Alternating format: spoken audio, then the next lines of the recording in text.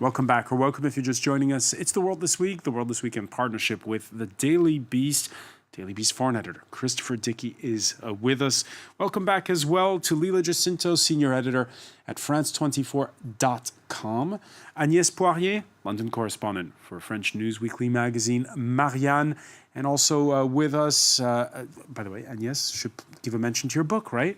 Left, if you'd like. Left Bank, Art, Passion, and the Rebirth of Paris after the war.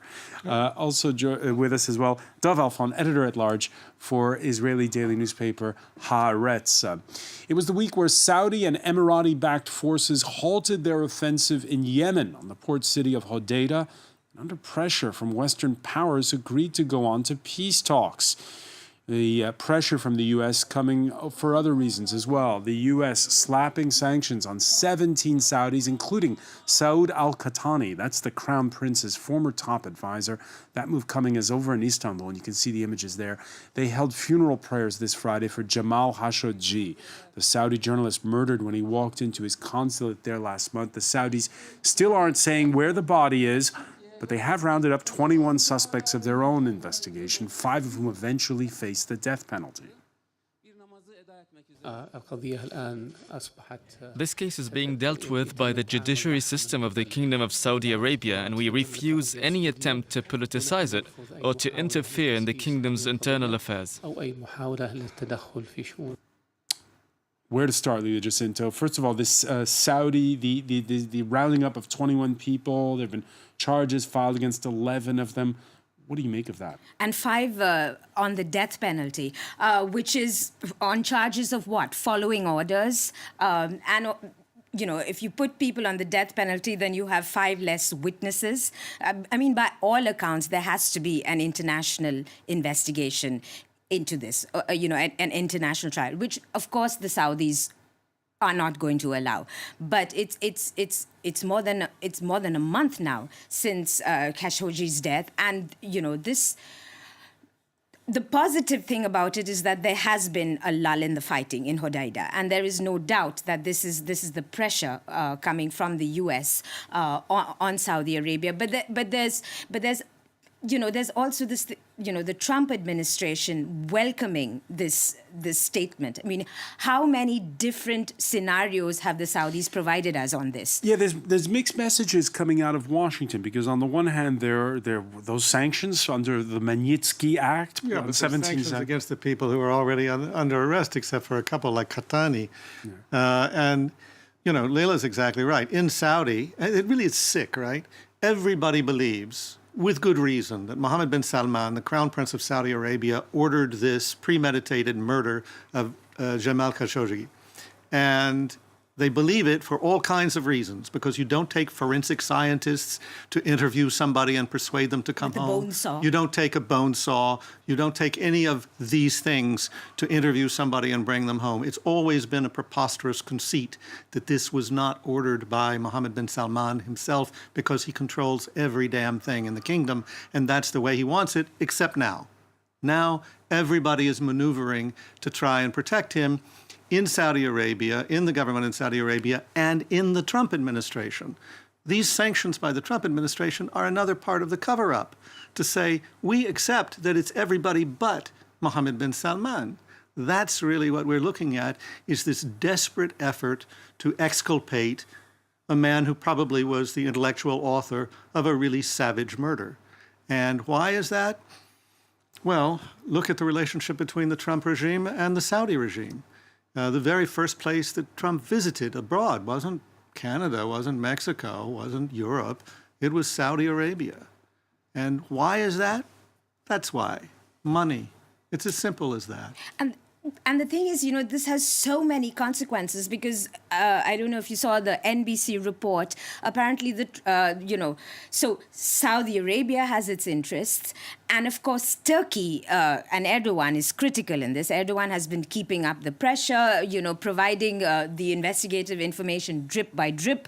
You know, the famous audio tapes, you know, has not come out publicly. None of the heads of state have heard this.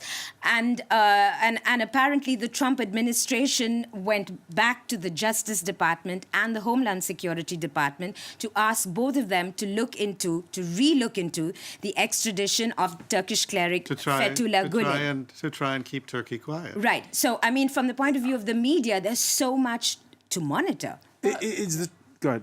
No, I just want to say that now, I mean, I completely agree with everything you said, but the I'd love mask, to hear that. but the mask is off. I mean, it's not as if public opinion was going to be fooled. So we had, no, but remember, 18 months ago, we have this young crown prince coming, touring the world. The great reformer. The great reformer. We could have been led to think that perhaps there was some truth in it. And now it appears for what it is, very unstable.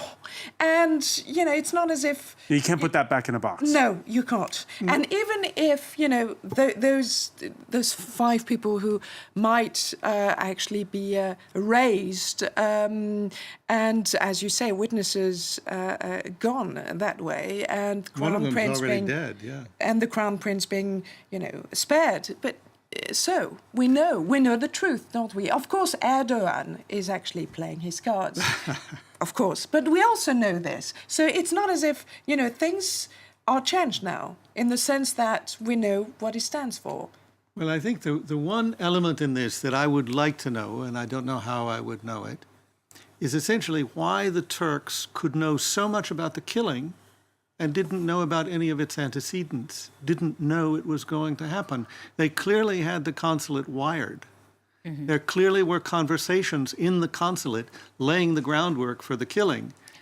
It seems to me perfectly plausible within that context that the Turks could have known that Khashoggi was going in to be killed and did nothing. I'd like to offer an alternative to this somber scenario. This is the second time, actually, that a country that's being looked down by the West has a technology that suddenly, an intelligence trove that suddenly surprised everyone. We had Dubai when a Mossad action went bad, Yes, and now Mossad we have was very suddenly surprised. Turkey with this all Israeli technology, by the way, with this state-of-the-art listening. But what could have happened is that they systematically record everything. And then they only go backward on the drive when something happened at this date. And this is why they could suddenly say, this guy arrived, this is the content of his suitcase. If you'll go into Turkey, in 1 week, nobody will check what was in your suitcase.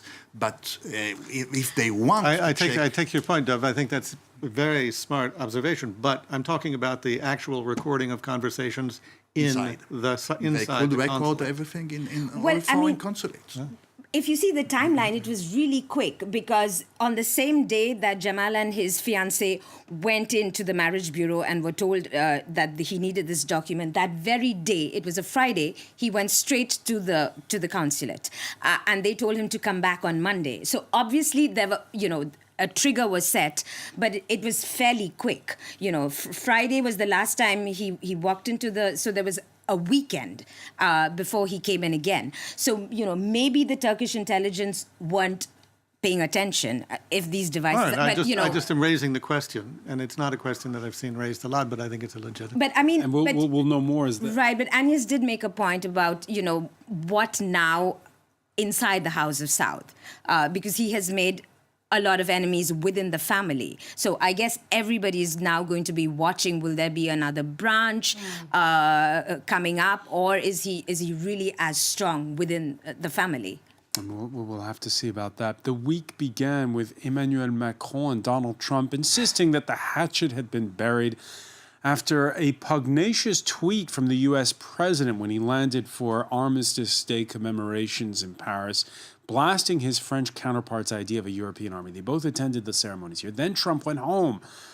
Wow. Tuesday morning, a series of missives indicating that the bromance is well and truly over.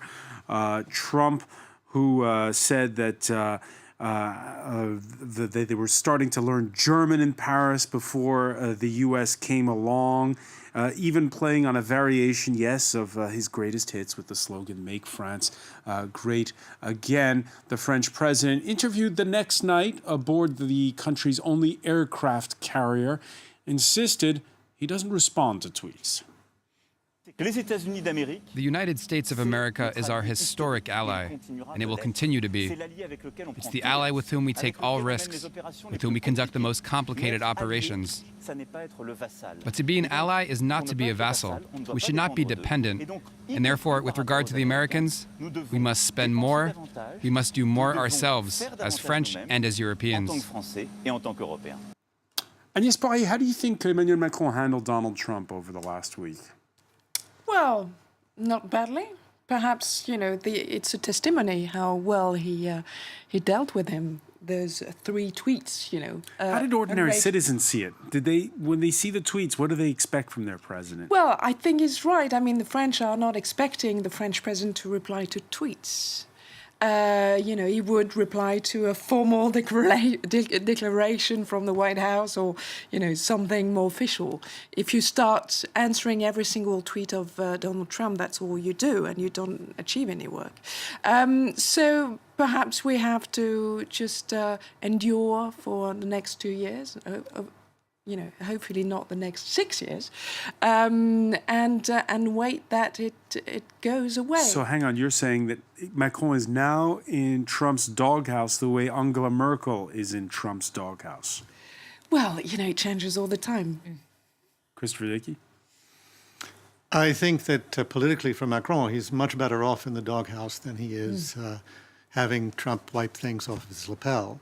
I think he really went overboard when he was in the States, trying to win over Trump and looking like the admiring good son with the admiring father. And it all was kind of weird-ass, sick-looking stuff, I think, to the French and to the Americans as well. And he got nothing out of it. I mean, his major priorities, the Iran deal, climate change, not sanctions, but tariffs, all of that completely failed. So, but he had to try first. Well, I'm not. No, I think that's what he was trying to do. Yeah, that was what he was trying to do. He thought he could win over Trump, but he didn't. No, but so you watched him talk about patriotism and nationalism in front of him.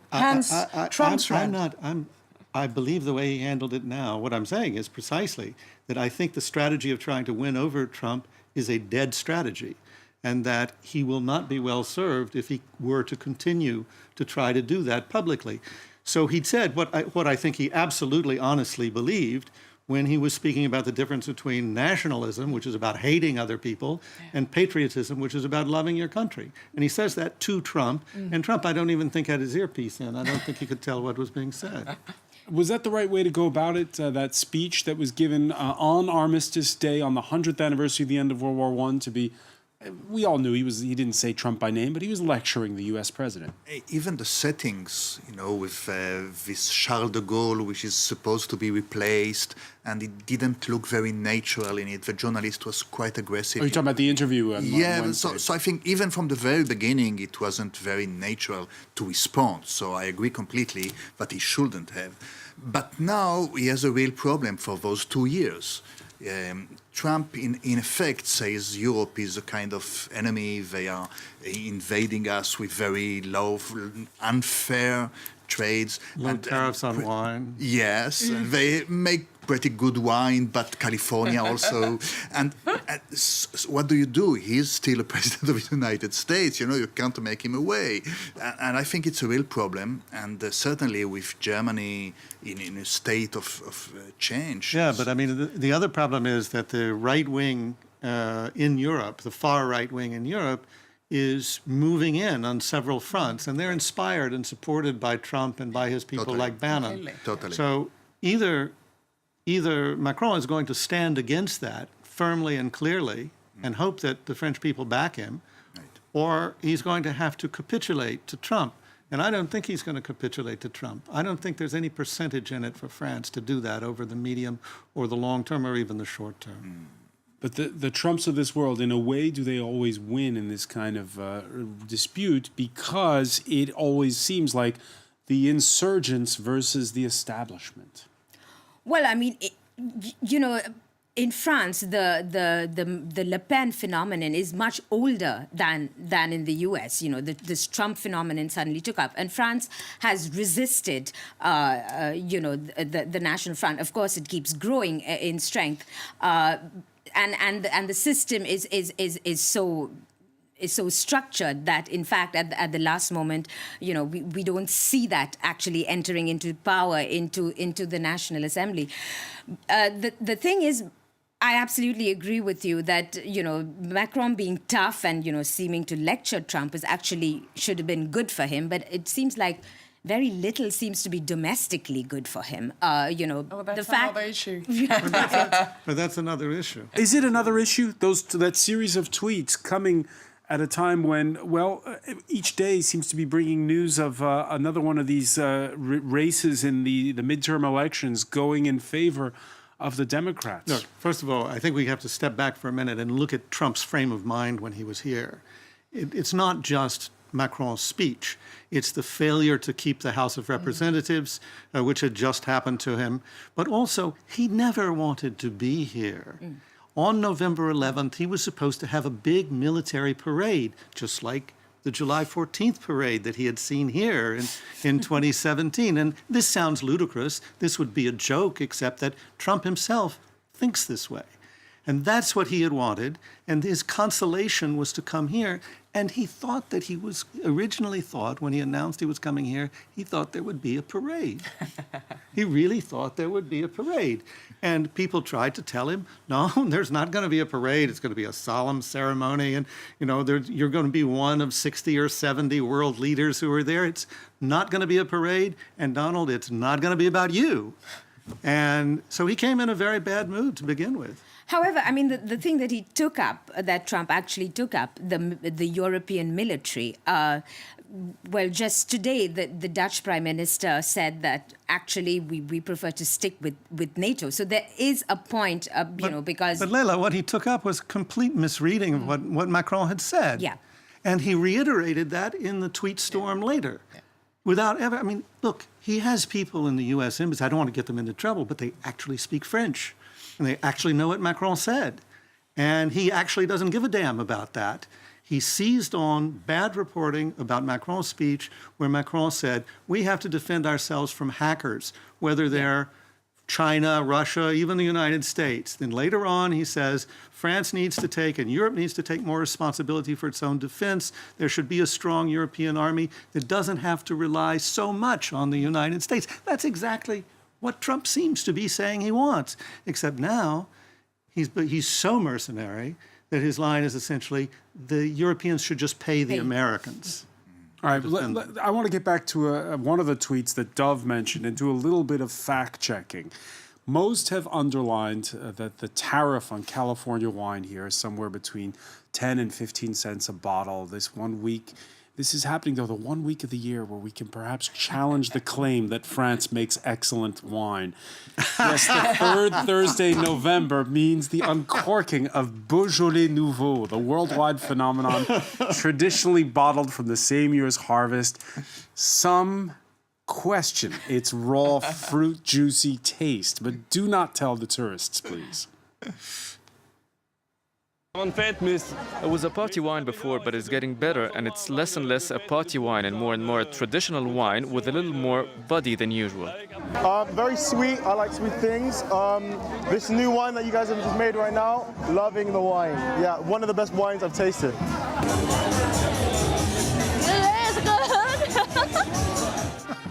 There you have it, some connoisseurs, Agnès Poirier. I think it's the exception that confirms the rule, Beaujolais, and the rest is wonderful. Now, I remember as a child, every year you had, it tastes like banana this year, or it tastes like, do you remember that? Yeah. And it's just a marketing thing, and the joy. If you happen to be abroad, like in London, for Beaujolais Nouveau, it's a very jolly evening, forget about the wine. Next morning's not so great. Next morning's not so great indeed. Trump's tweets, by the way, the least of Macron's worry at this point. What started as a Facebook cry against rising prices at the pump is building up to Saturday's demonstrations across France by angry motorists wearing those yellow high-vis safety vests. I thought that was a real boat.